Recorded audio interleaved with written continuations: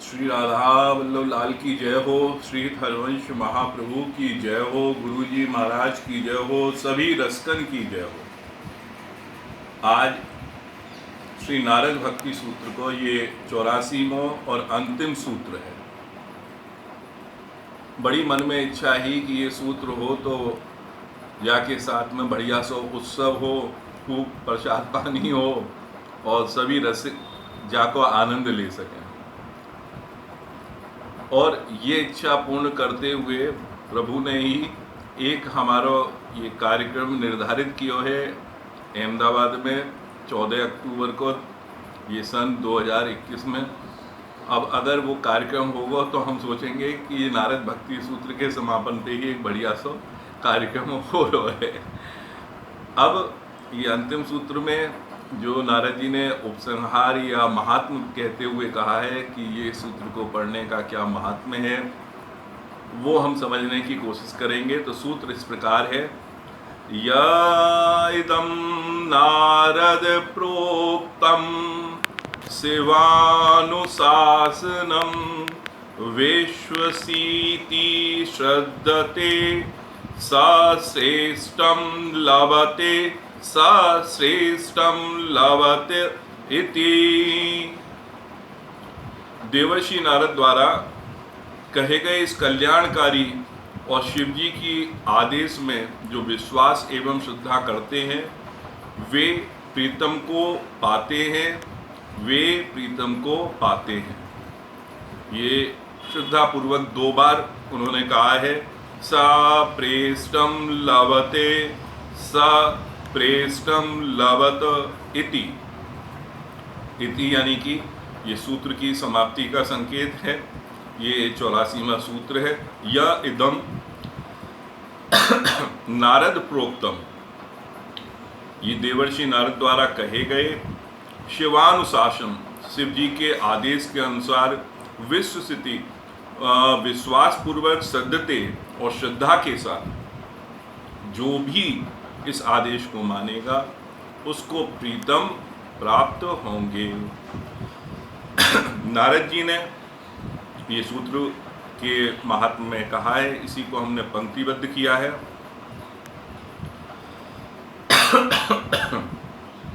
भगवान नारायण के पुत्र ब्रह्मा जी और उनके मानस पुत्र नारद नर नारायण से दीक्षा ले शिव आज्ञा कहे सूत्र 84 नारद। भगवान नारायण के पुत्र उनके नाभिक कमल से निकल के ब्रह्मा जी और ब्रह्मा जी के मानस पुत्र हमारे श्री देवर्षि नारद। और देवर्षि नारद ने जो शिक्षा ली वो नर नारायण से, और ये आदेश जो शिव जी का उन्हें मिला तो भक्ति को उन्होंने बहुत सूत्रों की माला 84 की बना के हमारे साथ में ये रखो। और जो लोग शंका करें कि हम शैव मत हैं, वैष्णव हैं, तो यहाँ पे हम कहना चाहेंगे वैष्णवानाम यथा शंभु। जहाँ पे भी वैष्णव नाम लिया जाएगा यथा शंभु, वो शिव शंकर महादेव के लिए ही कहा जाएगा।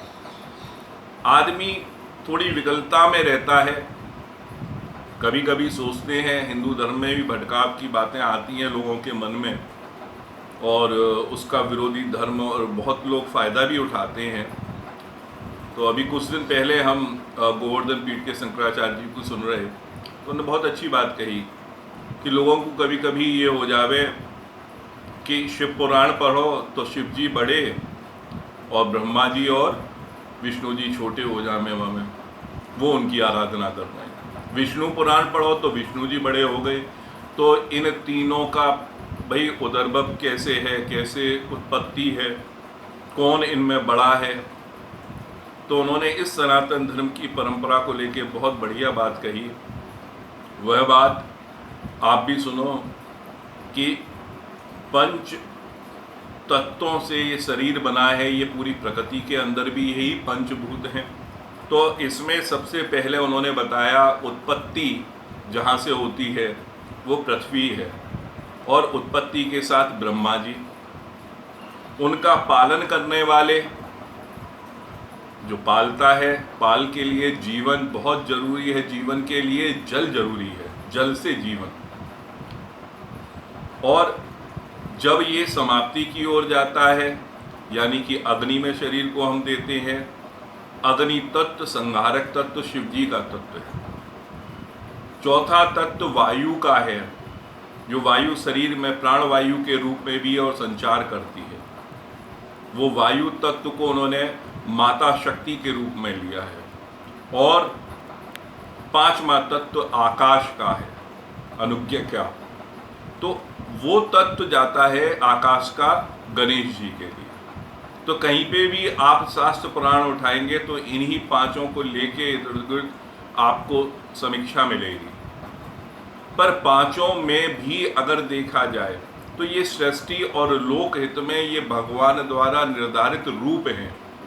में मुख्यतः अगर कहा जाए तो वो सत चित आनंद सजदानंद रूप भगवान का, जो भागवत में भी कहा है कि गोलोक में निवास है, ऐसे ही स्वरूपों में हमारे यहाँ अगर वर्णन करें तो जाएंगे निकुंज रूप में। और निकुंज भी जैसे गोलोक बताया हुआ है, ऐसे भगवान को स्थान बताया हुआ है जहाँ ना प्रलय है और जहाँ ना दुख है, ना तृष्णा है, ना विषय है, ना आसक्ति है। वहाँ केवल आनंद को, सुख लहला रहे है प्रिया प्रीतम को। तो या चीज को समझते हुए कि कोई कहे कि आपने उनको नाम लियो, उनको बड़ो कहो, उनको छोटो कहो, नहीं। तो ये सनातन धर्म की बहुत बड़ी बात है। वैष्णवानाम यथा शंभु, जहाँ पे भी वैष्णवों का ये नाम लिया जाता है उसमें सबसे बड़े, सबसे पहले यथा शंभु शिव जी को कहा गया है। अब आगे की पंक्ति में बतावें कि इन्होंने क्या फलश्रुति में कही है। शिव आदेश जो माने, विश्वास श्रद्धा करे कहे नारद, प्रीतम जरूर मिले छूटे 84 को चक्र कहे नारद। शिव जी के आदेश पे जब उन्होंने रचना करी है तो उन्होंने कहा है जो विश्वास और श्रद्धा के साथ में जो इसको मानेगा नारद जी ने, वो प्रीतम को जरूर प्राप्त करेगा। और इस 84 के चक्र से, 84 लाख योनियों को चक्र हमारे बताया गया है, ये 84 सूत्र बहुत उपयुक्त हैं उससे छुटकारा दिलाने के लिए, अगर इसको वो समझ ले विश्वास और श्रद्धा के साथ। अब विश्वास और श्रद्धा के साथ में अगर हम बात करें या चीज़ की कि भाई 84 क्यों नहीं इतने सारे उन्होंने उपनिषद और बहुत बड़ी बड़ी चीज़ें क्यों नहीं बताई। एक छोटी सी बात है, हम आपसे कहना चाहेंगे, अगर मुझे अपना आपको समाप्त करना है तो एक छोटा सा चाकू कुछ रुपए में ही मिल जाएगा। अगर मुझे किसी दूसरे को उद्धार करना है या समाप्त करना है मुझे यहाँ से, तो मुझे तो उसके लिए तोप, बंदूक और जाने क्या क्या नहीं खरीदना पड़ेगा, क्योंकि मुझे बहुतों का करना है। जब बहुतों के लिए जाएंगे तो बहुत से शास्त्रों का हमें सहारा लेना पड़ेगा, और अपने लिए जा रहे हैं तो इन 84 सूत्रों को समझें।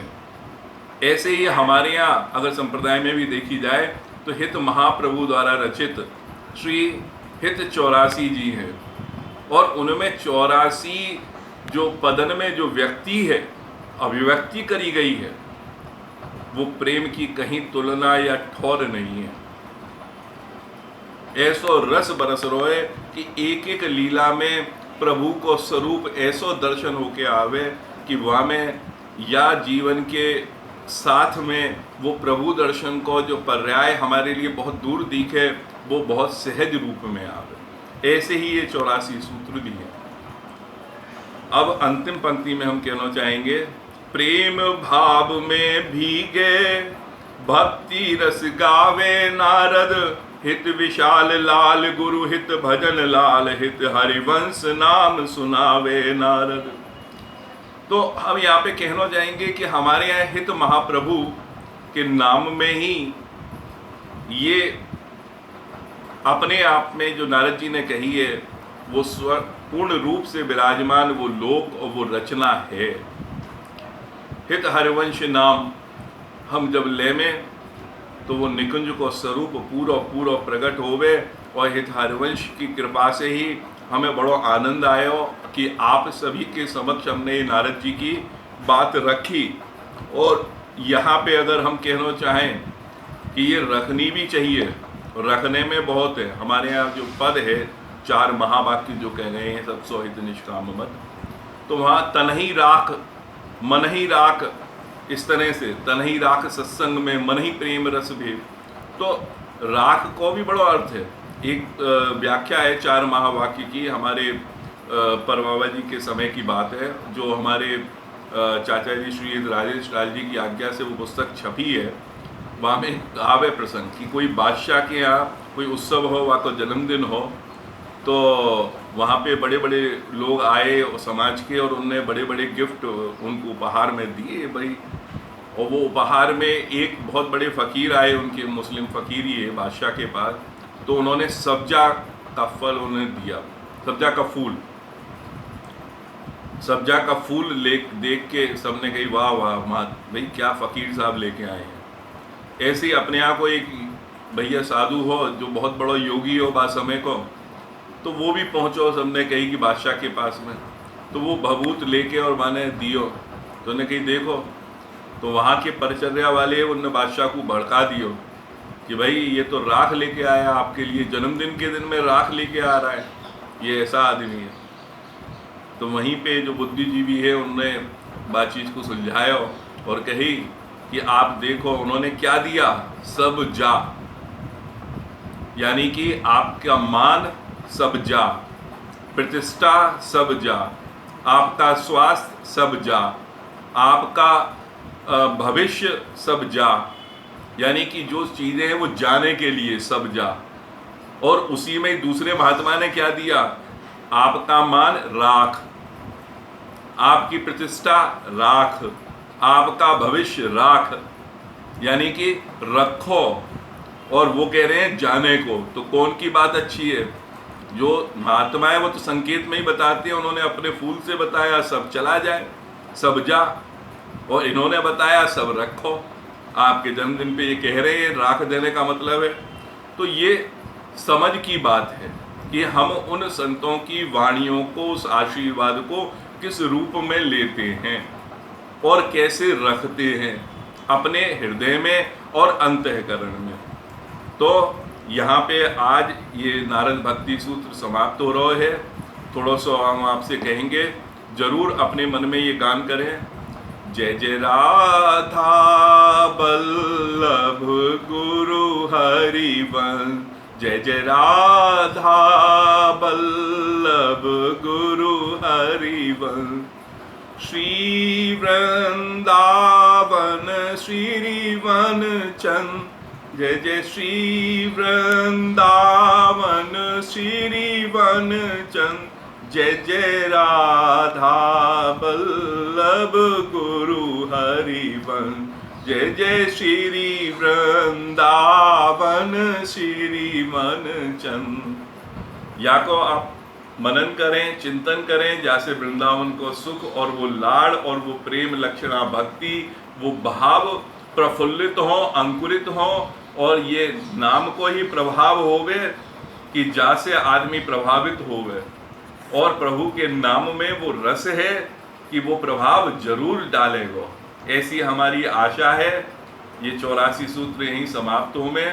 श्री हित वृंदावन धाम से आप सभी रसकन को हित विशाल लाल गोस्वामी की जय जय श्री हित हरिवंश, जय जय श्री हित हरिवंश।